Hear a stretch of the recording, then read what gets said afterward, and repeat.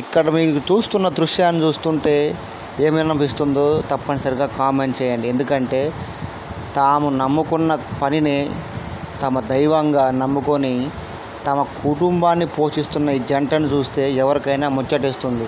ఎందుకంటే ఈ రోజుల్లో కూడా ఎవరి కిందో పనిచేసి బానిసలుగా బతికే కన్నా తాము నమ్ముకున్న తమ కుల వృత్తే తమ కుటుంబాలకు అన్నం పెడుతుందని నమ్మిన ఈ కుటుంబాన్ని చూసి గర్వపడాలి.